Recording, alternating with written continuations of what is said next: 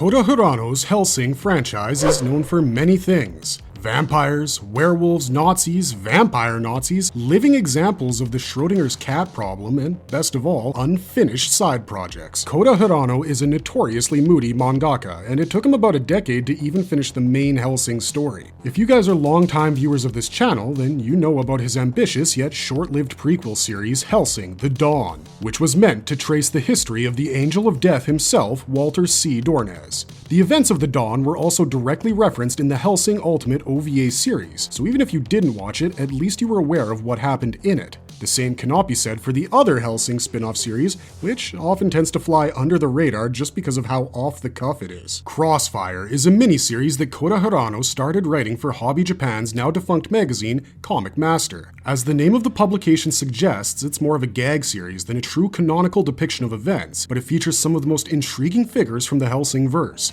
namely Vatican's secret Chapter 13 Iscariot and their team of holy assassins. And, before you ask, yes, Alexander Anderson is present in the series, but perhaps not in the way that any of us might have thought possible. Only 3 chapters were released under the Crossfire title before it was predictably discontinued, and we're going to break down each of them in this video. This is Crossfire, Hellsing's forgotten miniseries, explored.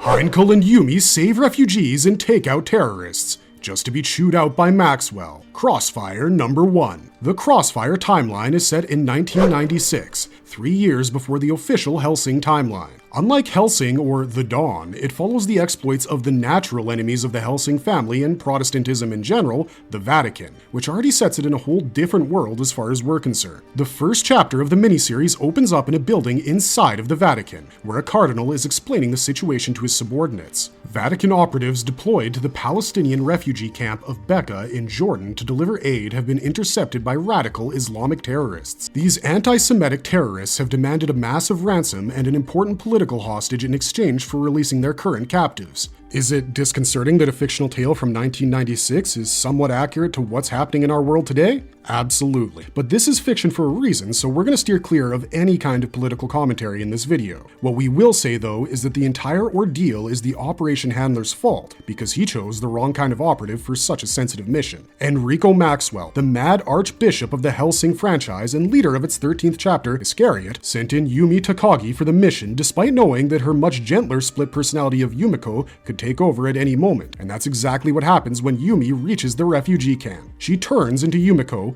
becomes timid, and now the Catholics have a problem on their hands. They can either fork over $10 million and someone important to save face, or they can do something radical to show strength and ensure they're not messed with so brazenly ever again. Of course, Maxwell chooses the latter option, though he has none of his homicidal lunacy in Crossfire. In fact, Enrico Maxwell is more like a disgruntled middleman manager type of character in the miniseries, stuck between his doofus subordinates and his over-demanding bosses. He looks far younger than he does in Hellsing, and he rocks round glasses that we've never seen him wear before. After getting his marching orders, Maxwell sends out his other trusted subordinate, Heinkel Wolf, to clear up the mess created by his decisions. The scene shifts to the Bekaa camp, and we see the terrorists readying themselves to shoot the Catholics, despite their money being on the way, just to show us that these guys could care less about negotiating. Had Heinkel not shown up in time, Yumiko would have been history. But thanks to their appearance, they also realize that their partner isn't in her fighting state, which is how the mission went awry in the first place. Heinkel awakens Yumi with a command, and the duo of Vatican assassins clean house, rescuing their people at the risk of their lives. At one point, Yumi even tells a terrorist to go ahead and blow a captive priest's head off, because the priest would welcome death in the service of Christ, therefore disarming the terrorist mentally before he could even pull the trigger. Of course, this was a distraction, but the priest doesn't take kindly to it, and the chapter ends with Maxwell chewing Heinkel and Yumiko out for their brash actions.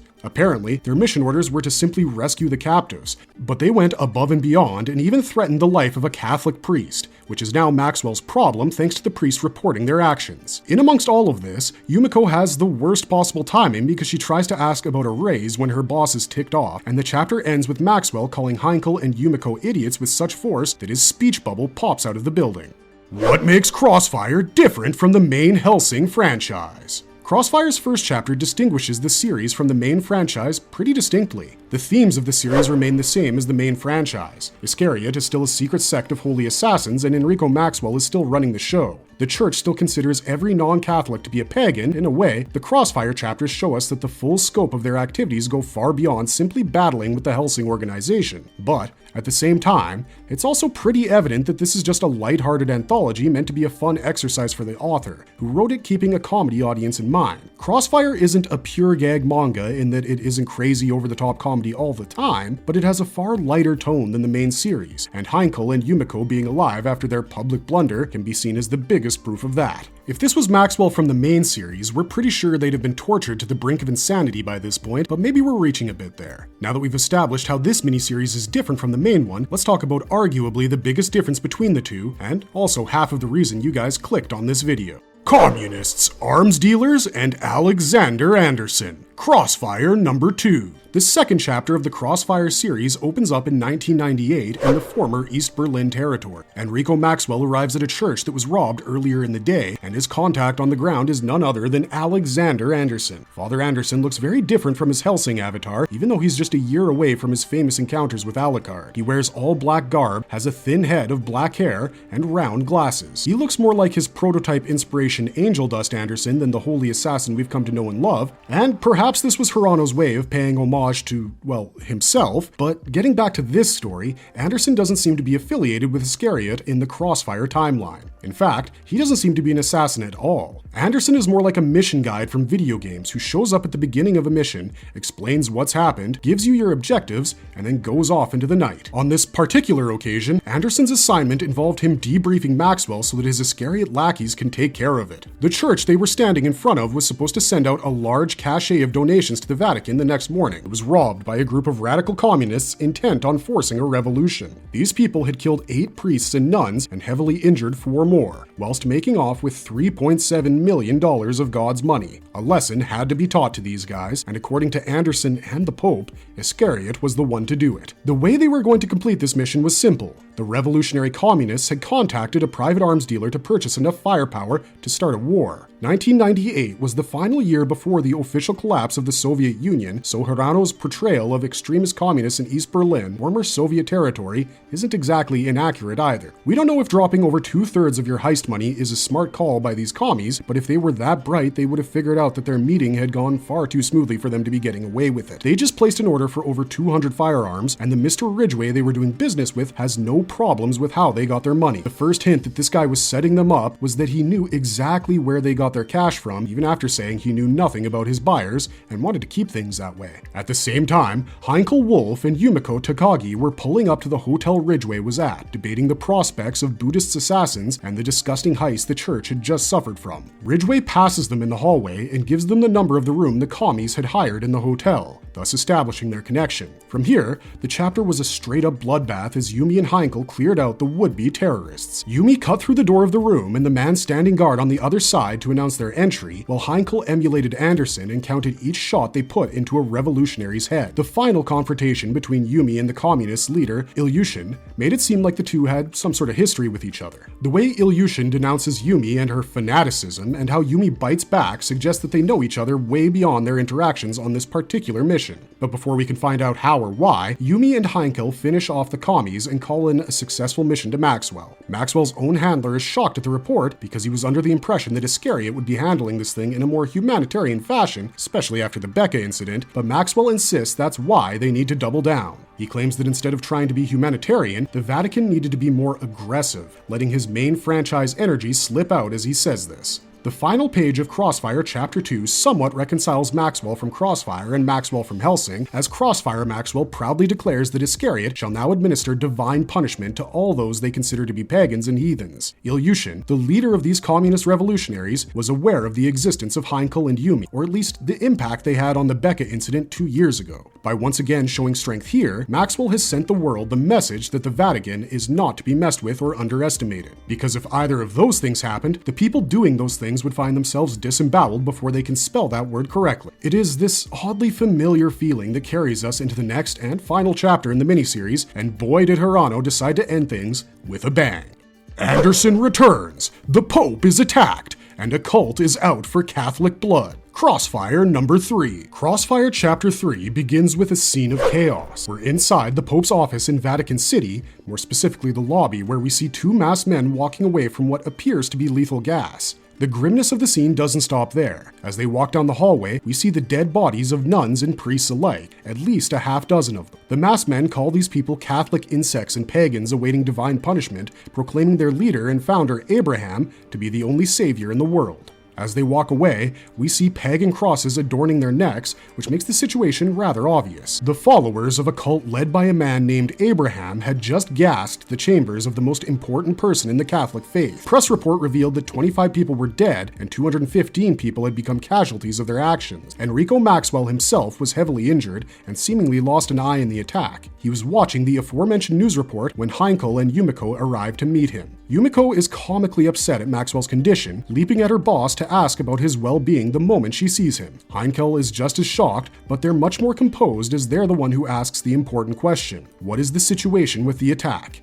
This is when we realize that Alexander Anderson is in the room as well, because the mad priest / mission guide of the Vatican goes into his GTA-esque monologue right after Heinkel asks that question. Anderson explains that the situation is pretty much the same as what the news report describes it as, except that the Vatican does know who carried out the attack, an England-based cult named the Church of the One and Only Messiah. Anderson goes on to explain that these guys have about 10,000 followers, a private army, and are now trying to provoke a war with the Vatican to raise their own status. They poison gassed the Pope's office and Anderson's Vatican wing, and Chapter 3, John, has been holding back some of this key information from the public. This is an interesting deviation from the source material where the third chapter of Iscariot was Matthew, and this chapter was dedicated to discovering and archiving rare artifacts like the Nail of Helena. In the Crossfire verse, Chapter 3 is called John and appears to be the PR department of the Vatican. This neatly ties into the biblical figure John the Baptist, who was known as a preacher of the virtues of Christianity when he wasn't busy being a prophet or a Baptist, as his name suggests.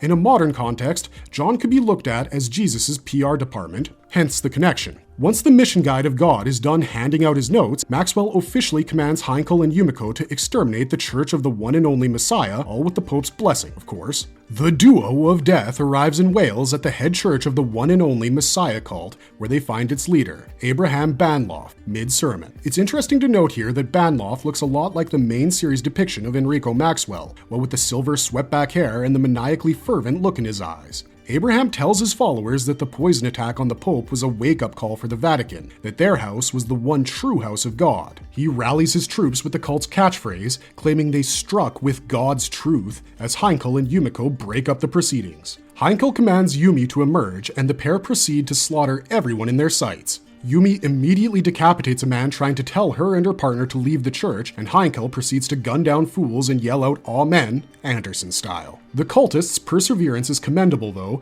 as their single-minded devotion to their founder baffles Heinkel and Yumi's advance. But they shake it off and blow the guy's arm off after calling him out for his delusional beliefs. Abraham Banloff called the Catholics religious fanatics, heathens, and every name that the Holy Book allows holy people to use as swear words. Yet in the process, he ended up doing the exact same things with his own cult, so his hypocrisy is amusing at best and comical at worst. Even Yumi has the presence of mind to call out his fake messiah BS by saying that she's the president of the universe if he's the savior. She was also the one who ended his pitiful existence, as after realizing he was beat from every corner, Abraham Banloff became rabid and kept screaming that he didn't want to die.